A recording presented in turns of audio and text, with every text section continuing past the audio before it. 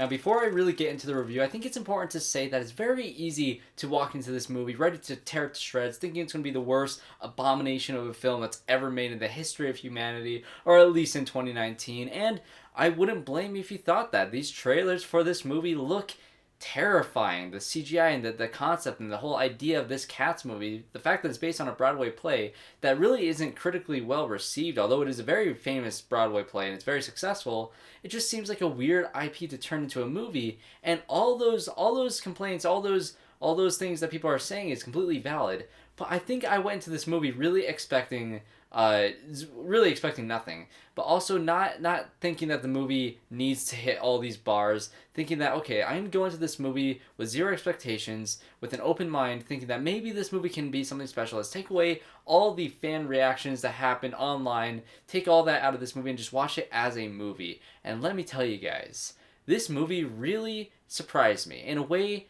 that you wouldn't expect. No, of course this movie is not good, but I wasn't expecting it to be boring. Guys, this movie is boring. It's not good. I wouldn't say it's atrocious. I think there's a couple of good moments in it. And the music, I don't think you can really complain about the music because the music is good and the singing is great. And the performances for what the director wanted is good. But man, guys, Cats is something else. This movie is directed by Tom Hooper, who did movies like Les Mis, so he is experienced in the musical territory. I have my La La Land poster up because I actually do like some musicals. Singing in the Rain is a classic. La La Land was one of my favorite movies that year. I don't care what all you people say. I loved La La Land. And this movie does what a musical should never do, and I've never seen a musical do this. You know, a lot of the Disney animated musicals, you know, there's a lot of music, but there's a lot of heartwarming story and characters and development. This movie has no plot whatsoever. It is nothing but non-stop music. I was sitting in the movie for the first 20 minutes, and I was like, alright, I'm going to start counting how many songs are in this movie, because this is getting ridiculous. But then I realized that that's not what I should be counting. I should be counting the dialogue scenes, because I think there's maybe 4 or 5 dialogue scenes, and those 4 or 5 dialogue scenes kind of go on for half of a normal dialogue scene, so in reality, there's really only 2.5 dialogue scenes. This movie has no story, no plot whatsoever. It's basically just a bunch of characters are getting introduced with their own songs, and they have to be decided on who gets... You know, I'm gonna really break this down, okay? This is the plot of Cats.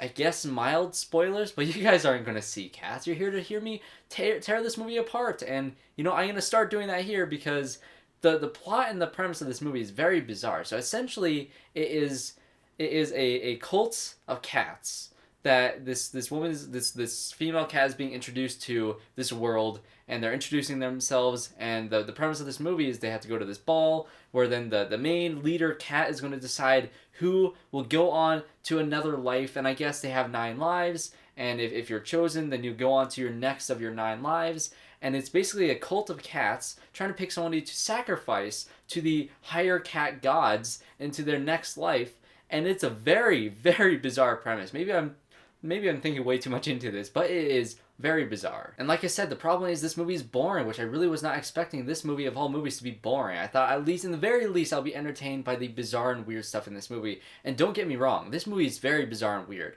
But if it really embraced what it was, and the fact that there are a bunch of human-like cats wandering around making cat puns and just terrible humor, slapstick jokes and humor, that are just atrocious, if they just really honed in on the tone that part of the movie was, and they got weird with it, and this movie had, like, if it had even more weird and bizarre and crazy moments, like there's a scene with cockroach people, and I'm not even kidding, Rebel Wilson eats some cockroach people, like even they have the humanoid figure, and there's mice people. It's very, very bizarre, and when it's doing those scenes, I really enjoyed myself because I was watching a beautiful train wreck on screen, because, I don't know, it could have been a great bad movie. This could have been a movie, like a terrible movie that would have been fun to revisit because it's so fun to watch with a group of friends, which is what I did, and that could have been fun. It really could have been fun.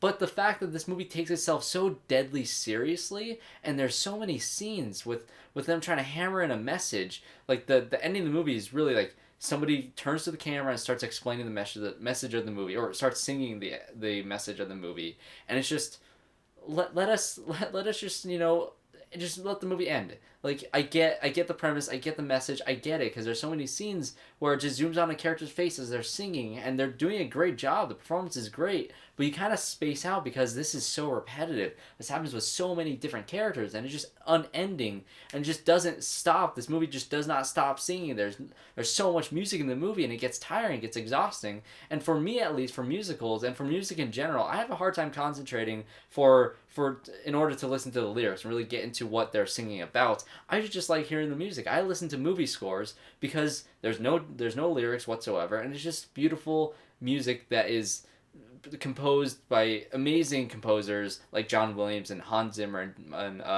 Michael Giacchino and all these different composers. But this movie is non-stop musical, and you really have to listen to the dialogue, and I struggle with that. I really do.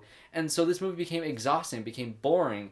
Nothing was really happening. The movie doesn't have a plot. The movie doesn't even have a main character. There's that main cat that is thrown out onto the street tied in a bag, and you think that she's going to be the main character, but she has maybe 2 songs, and she's kind of the through line of the movie, but she has no arc whatsoever. And I don't want to pin this all on the actors and actresses in this movie. Francesca Hayward plays Victoria, who is that main cat that I was talking about, and I think this is one of her first movies on her IMDb list. And, you know, she's a ballerina, she's a great dancer. I think the dancing in this movie was incredible, and the choreography. And the problem with this movie is they all look like cats, so you're not going to be able to recognize her. If this is her breakout role, it's not doing a great job of that because they look so different, and because they all look like cats. Taylor Swift is in this movie very briefly, but she's like top billing on the cast, and she's all over the marketing. She's really in only one scene. Idris Elba is having the time of his life, if I'm being honest. He plays the more villainous cat character, and you know, he's just chewing up the scenery. He's having fun with it. He knows how over the top and ridiculous this movie is. And same thing with Ian McKellen. Ian McKellen is in this movie as a cat, and he's also just ridiculous, and it's really funny because I honestly don't know if he knew they were filming him. He was just licking water out of a bowl, and I can honestly see Ian McKellen doing that. I don't know. It was just that he was old and senile and just ridiculous and over the top. And like I said, when the movie was doing stuff like that, and cats were hissing at each other, which I thought was the funniest thing in this movie. I don't know if it was supposed to be funny, but it was hysterical. I laughed every time. But when this movie was trying to be funny and when it was trying to be serious, the jokes landed flat. The seriousness and the message landed flat. Nothing in this movie really worked for me because it wasn't weird enough. And that's right, I'm saying Cats, the live action adaptation of the Broadway musical where people dress up as cats, wasn't weird enough.